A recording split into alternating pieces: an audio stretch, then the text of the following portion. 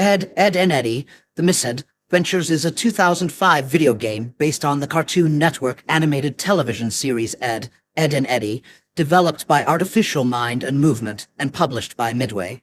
It uses 3D platformer gameplay on home console and PC versions, whereas the Game Boy Advance version is a 2D side-scrolling video game.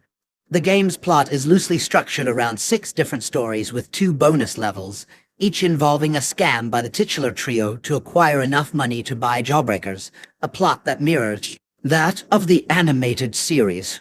It was announced on February 15, 2005, and released on October 31, 2005, for the PlayStation 2, GameCube, Xbox, Game Boy Advance, and Microsoft Windows. 2. It is the second video game based on Ed and Eddy, succeeding Ed and Eddy, Jawbreakers, and preceding Ed and Eddy, Scam of the Century.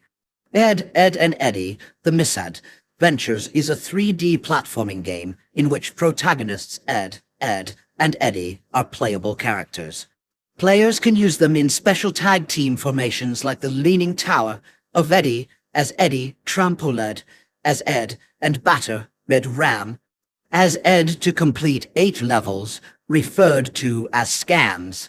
The Ed's normal weapons and skills include Ed lifting heavy objects and smashing his head, Ed using a slingshot to hit distant targets and smacking with his ruler in close range, and Eddy using the El Mongo stink bomb to stun enemies, one along with using his wallet attached to a chain like a yo-yo. Unlike other releases of the Game Boy Advance version is a 2D side-scroller with slightly different missions and an additional tutorial level. This version has a stronger emphasis on collecting coins to buy Jawbreakers, although the plot as well as the Ed's special abilities remain largely the same. This is also the last game based on the series. Previous releases include Ed and Eddy, Jawbreakers in 2002 and Ed and Eddy, The Misadventures in 2005. Each Ed has his own set of levels to complete. They are all side-scrolling fare, but each Ed has his own style of movement and attacks. Ed throws dictionaries, Ed slams his head down on the enemies, and Eddy spits his gum at enemies, although this freeze is the enemy, it does not defeat them. Item pickups can be activated on the touch screen. On top of the platforming elements, the game contains a number of unlockable mini-games, including Whack-A-Zit, where players tap at rising pimples on Ed's back before they burst. There is also a pie-throwing challenge where players flick the desserts up at enemies on the top screen.